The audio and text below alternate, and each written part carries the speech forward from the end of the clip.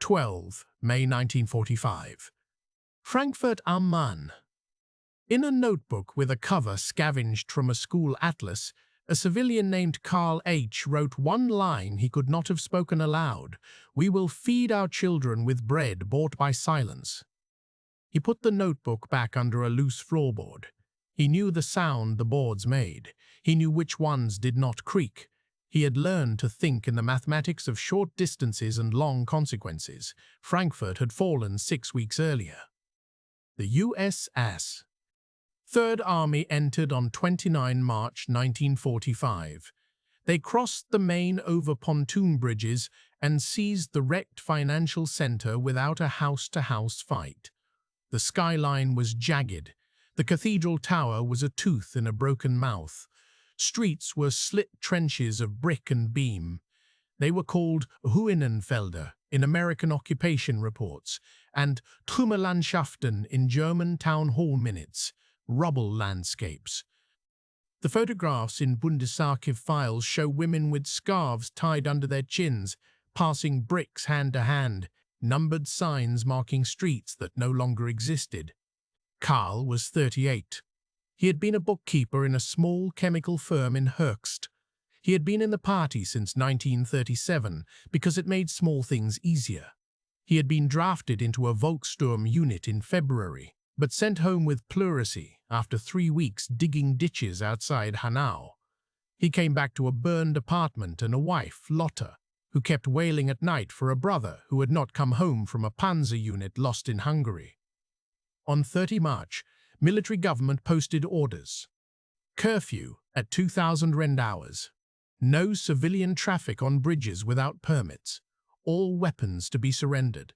No gatherings of more than 3 except for work details. Karl read the orders pinned to a charred plank where the police station had been. An American MP with a truncheon and a camera stood nearby. People avoided eye contact. They avoided being recognized. They avoided being recognized. They avoided being counted. The first weeks were a calculus of survival. Food stocks were minimal.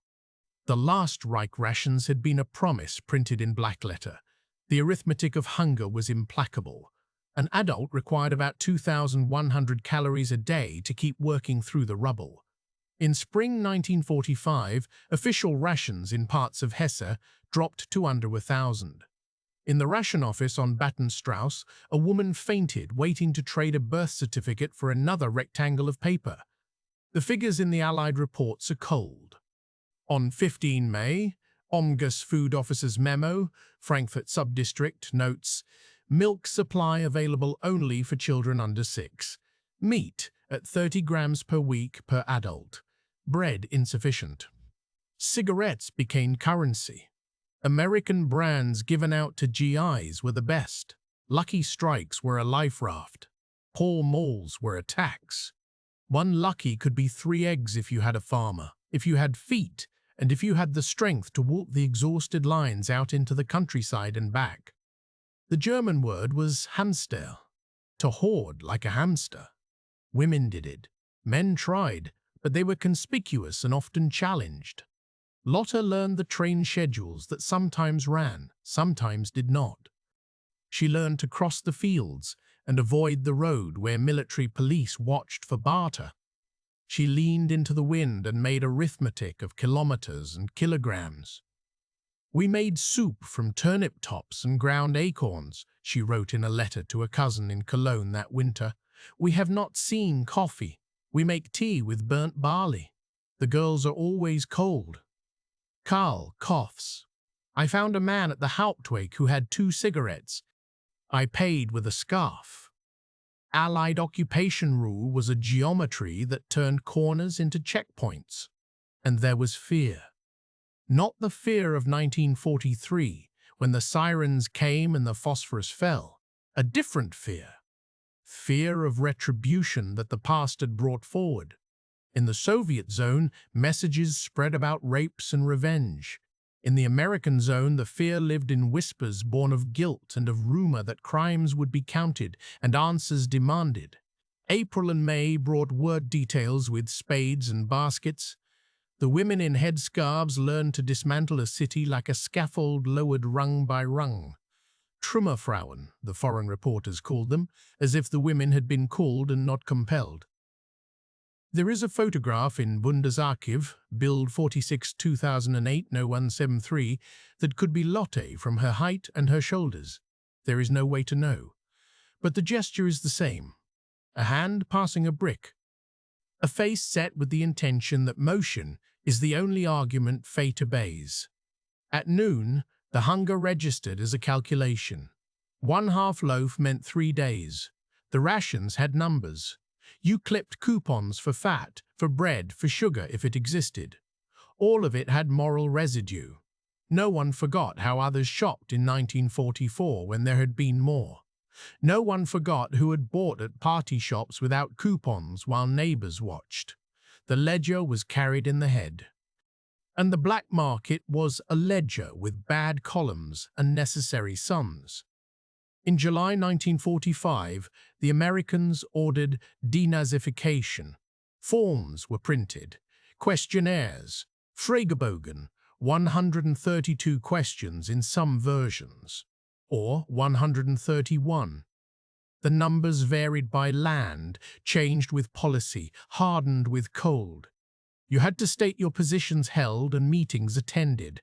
The people who loved files produced files to measure guilt. The people who feared files remembered that files also had owners and doors.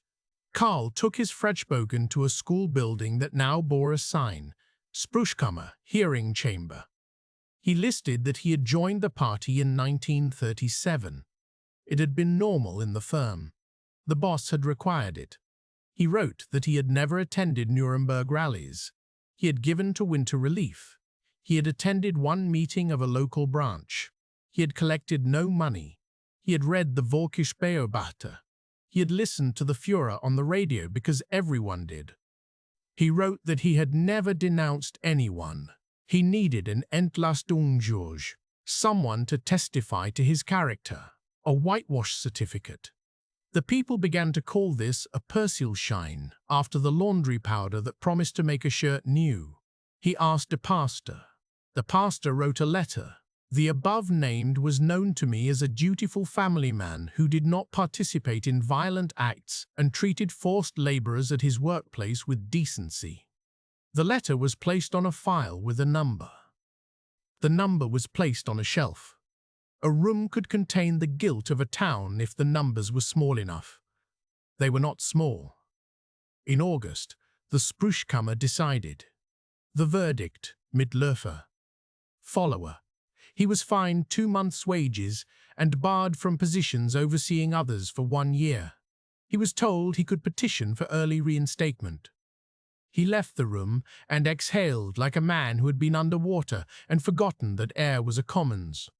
The categories were 5: Hauptschuldig, Belastet, Minder Belastet, Mitläufer, Entlastet, major offenders, offenders, lesser offenders, followers, exonerated. The arithmetic of guilt became public arithmetic. OMGS. Week in Review for Hesse in late 1946 shows tallies. In the state, hundreds of thousands processed, only a thin layer classified as major offenders. The system needed factory foremen and clerks and men who knew how to make a ledger balance. Justice needed time. Food needed speed. The sums favored speed. Germany's East bled West in 1945 and 1946. People came with mattresses and photos of houses they could not revisit. 11 to 12 million came. East Prussia emptied. Silesian towns arrived in Bavaria and Hesse like seeds blown too far. The word was Vertriebene, expellees. The papers printed statistics. The people counted their own pairs of shoes. In Höchst, officials requisitioned rooms, Wohnraumbewirtschaftung, housing administration. An office told Karl and Lotte that their eldest daughter's bed would belong to a mother and 2 children from Breslau by the end of Friday. No, not the wardrobe. You can keep the wardrobe. The mother from Breslau said little at first. She cried only when she saw the sewing machine. The arithmetic of rooms created neighbors who were angles pressing against each other. People in the staircase blamed each other for drafts and for smells of cooking that three families now shared in what had been one kitchen. The new girl played with the old girls after a month. The old woman across the yard called the expellees names that belonged to 1909. They had all memorized the shortage. They had not practiced generosity. The mayor's office kept lists of arrivals and asked Berlin, then Wiesbaden, then Bonn for more coal allotments. The coal came late if it came. The letters to ministries grew polite teeth. In October 1945, a British newsreel entitled Death Mills, known in German as Die Todesmeilen, was screened in a municipal hall in Frankfurt. It showed bulldozers pushing corpses at Buchenwald. It showed ovens. It used the arithmetic of images. It had a narrator who spoke as if he were measuring distances on a map. Attendance was poor. Some left early. Oral histories recorded in the 1980s contain words like, "We did not know, and we were afraid to watch, and we had nothing to do with that, and we thought it was propaganda." The mathematics of denial is not solved by a film. It is worked on by years of small subtractions. Zionist organizations formed in the rubble. Displaced persons, Jews who had survived by luck and cunning and endurance, lived in camps near German towns. Zielsheim, west of Frankfurt, became a Jewish DP camp in a former labor complex. It had 3,000 residents at its peak. There were Yiddish newspapers. There were weddings. There were black market exchanges between camp and town. There is an O.M. Gus report that notes the trade. Camp residents exchanged coffee and American goods for fresh produce. Tension reported with local population over perceived privileges. Karl passed Zielsheim once when he went to the industrial zone looking for work. He saw men with yellow stars sewn on their jackets, not because they had to, but because they wanted to say, "We are Jews," on their own terms. He looked at the ground. He had learned to count the cracks in the asphalt. He did not know what words to carry. He went home and sharpened a pencil on both ends. Winter, 1946–47, was the hunger winter. The arithmetic of coal wrote equations on the walls. Coal was scarce. The American zone prioritized rail lines and factories. Households shared a low blue flame for an hour. Frost formed a lace on window panes. Children slept in one bed for warmth. In the factory ruins, people scavenged coal from train cars. The term was Kohlenklau, coal theft. The wanted posters showed a dark figure carrying a sack over a shoulder. Karl took a sack once. He stumbled and spilled half into a ditch when a whistle blew. He returned home shaking and ash-streaked. Lotte kept a ledger of calories. She cut recipes out of newspapers, war, and immediate post-war editions that pretended that chicory coffee was a choice. She learned to cook potato peels until they did not taste of rot. She learned to trade old albums for a bucket of beets. She learned that children could not eat shame. She pressed biscuits of potato and flour onto an iron stove and said, "Eat," as if the imperative could fill a stomach. The Mathematics of Motherhood was a book balanced without the right numbers. Karl took a job with the city. Someone had to tally ration cards and coal allocations. He sat at a desk under a cracked ceiling and wrote numbers in columns. He received a stamp that made him important to strangers. He learned to say no with a gentle voice and a firm hand. He learned which soldiers to avoid when they came to the office hawking extra tins of meat. He heard small stories. "My husband is missing. My boy is in a camp in France. The baby is sick.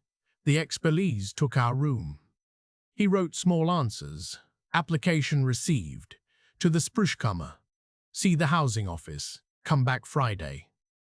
He learned to pause before stamping. He learned that stamps had a conscience. The denazification files thickened. The Spruchkammer processed slowly, then faster, then stopped. O.M. Gus summarized. In practice, the majority of cases fall into lesser categories. Urgency of economic recovery dictates reintegration of technical personnel. The mathematics of stability overcame the calculus of justice. Carl's boss returned to the firm as technical advisor after 2 years of comfortable guilt. A man who had denounced a neighbor in 1942 for telling a joke stood in the breadline and asked for a job at the transport office. He got one. He whistled when he walked. Some things did not return. Jewish shops on the Zeal did not reopen under their old names. Jewish families came back like birds who hated the trees. Assault was not common, but fear was. The DPs in Zeilsheim prepared to leave for Palestine, for America. The newspapers printed their departures in small type. Germany learned to live with an absence that spoke loudly in the turn of a doorknob and the echo in a stairwell. The Cold War slid in like frost under a door. In 1947, Marshall announced a plan at Harvard. The newspapers in Frankfurt printed his speech like a recipe that promised real coffee again. The Marshall Plan became the European Recovery Program.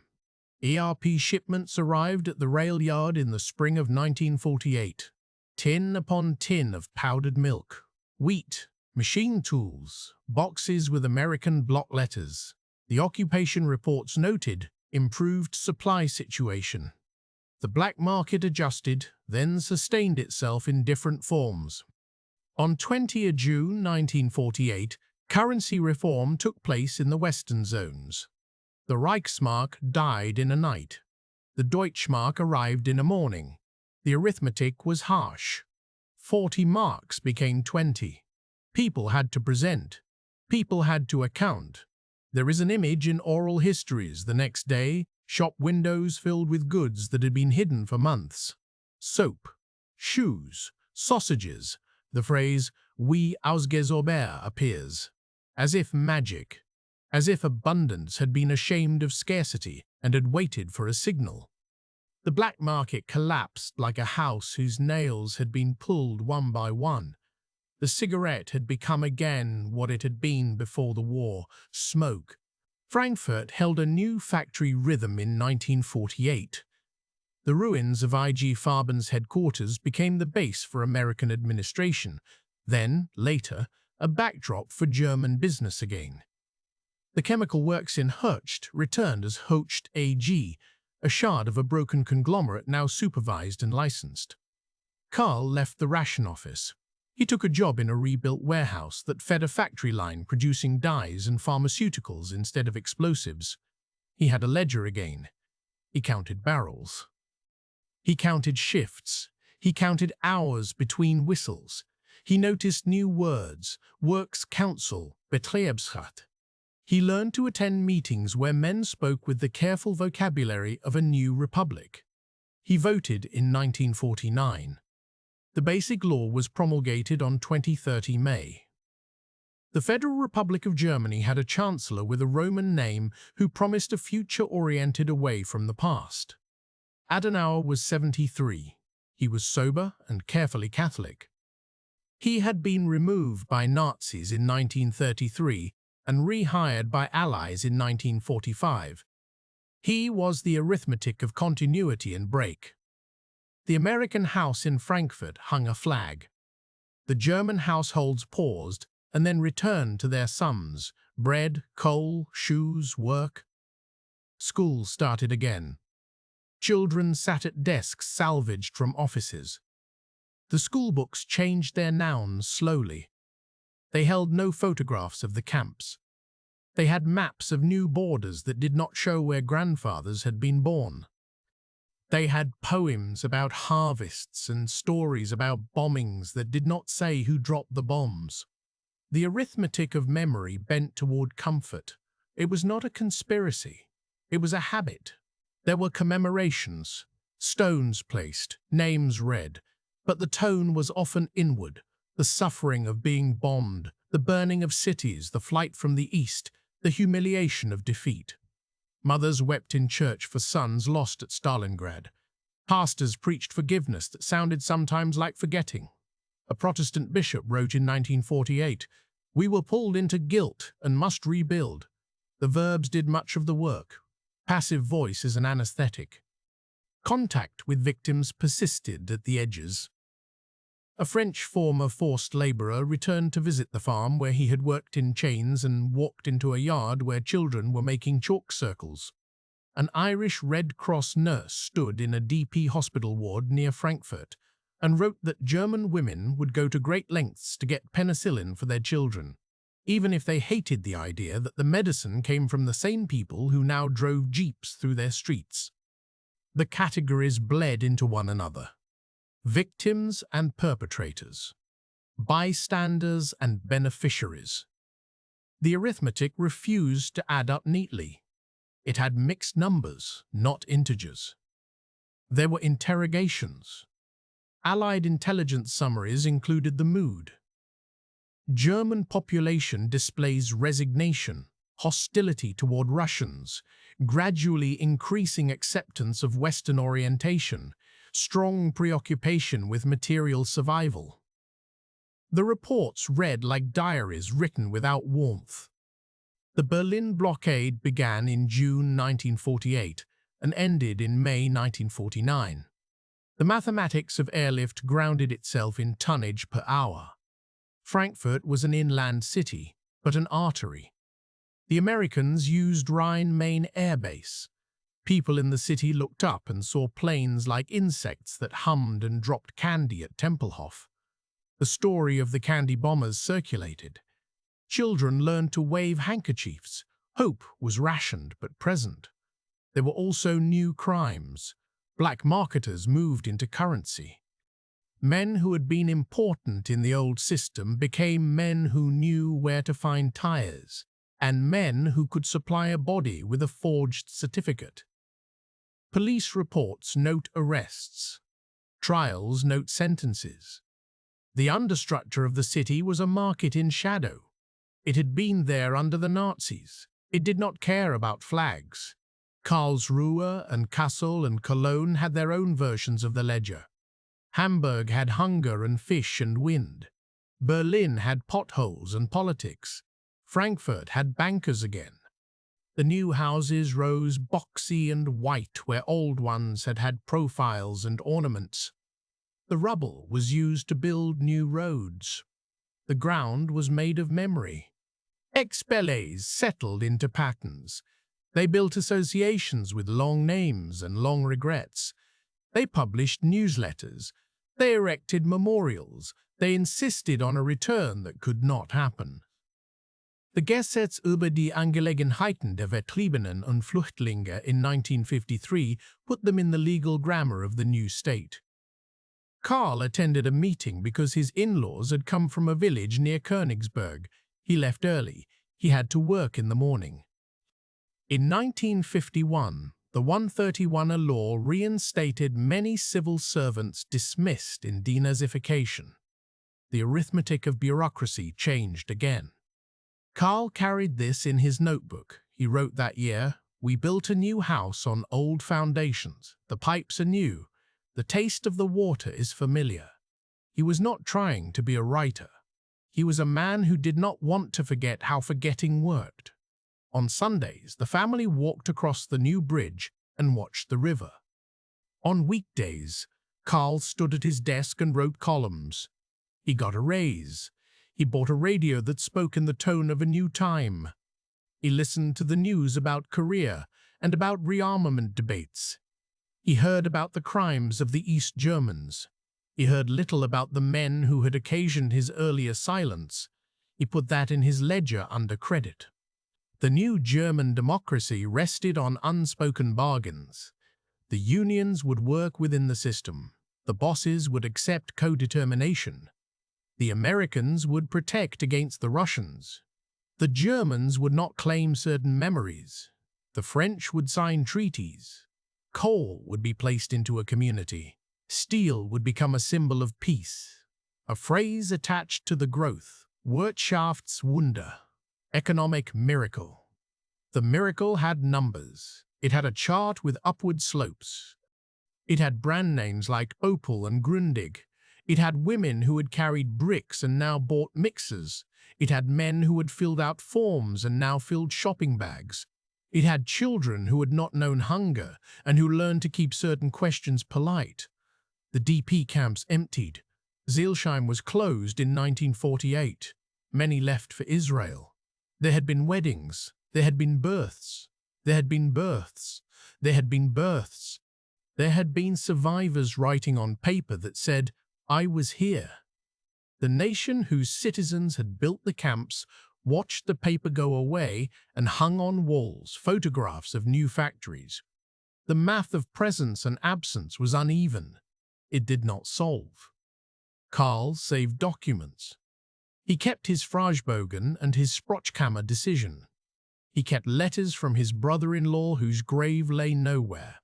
He kept ration cards. He kept a Marshall Plan poster because it had color and hope. He kept a factory ID with a serious face and a number that meant a gate would open if he showed it. He kept, too, a clipping from the first post-war newspaper he bought where the type was thin and the paper was grey, and the headline read, "Ruhe und Ordnung," as if a prayer could be a policy. He wrote down sayings. We paid for our loyalty in meat. We paid for our cowardice in bread. We paid for our blindness in children. He did not share these notes. He did not want to be called a cynic. He wanted to be a father.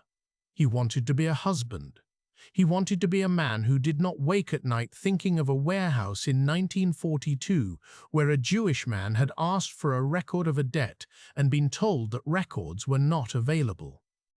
He wanted to leave the conversation with the past to the old men on benches who told lies about the front.